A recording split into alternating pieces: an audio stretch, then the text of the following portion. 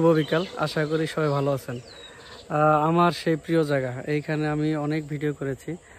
এই জায়গার প্রেমে আমি পড়ে গেছি। এইখান দিয়ে যেতে আমার একটু ঘোরা বেশি লাগে, তারপর আমি এই পথ হয়ে যাই। আমার কাছে খুবই ভালো লাগে। আর এই পথে আসলেই আমার মাথায় যত সব অদ্ভুত চিন্তা বা আইডিয়া মাথায় ঘুরে। অদ্ভুত হলেও আমি যা বলি আমি তা বিশ্বাস করি এবং মানার সর্বোচ্চ চেষ্টা করি।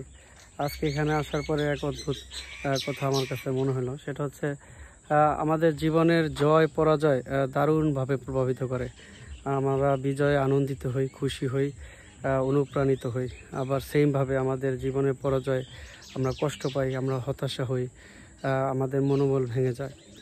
আমাদের ব্যক্তিগত বিজয় বলেন, সামাজিক বিজয় বলেন, আর অর্থনৈতিক বিজয় বলেন, আমরা সাধারণত ব্যক্তিগত যোগ্যতাকে প্রাধান্য দিয়ে থাকি, সেটা জয়ের বেলায় আর পরাজয়ের বেলায়। কিন্তু আমার কাছে কি মনে হয় জানেন, এই জয় পরাজয় দুই ধরনের ফ্যাক্টর দারুণভাবে কাজ করে।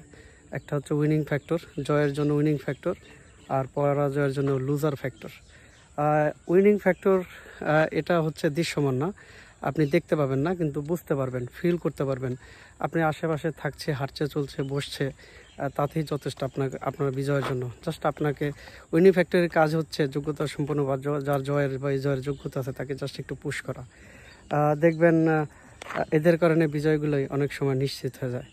আবার দেখবেন লুজার ফ্যাক্টর, আপনার সকল ধরনের বিজয় বা জয়ের যোগ্যতা থাকা সত্ত্বেও এই লুজার ফ্যাক্টরগুলি আপনার আশেপাশে থাকলেই দেখবেন আপনার পরাজয় হয়ে যায়, অনাকাঙ্ক্ষিত পরাজয়, লুজার ফ্যাক্টরগুলি।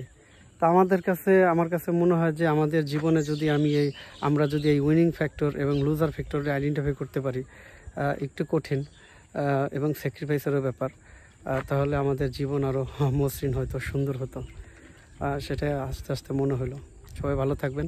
আল্লাহ হাফেজ।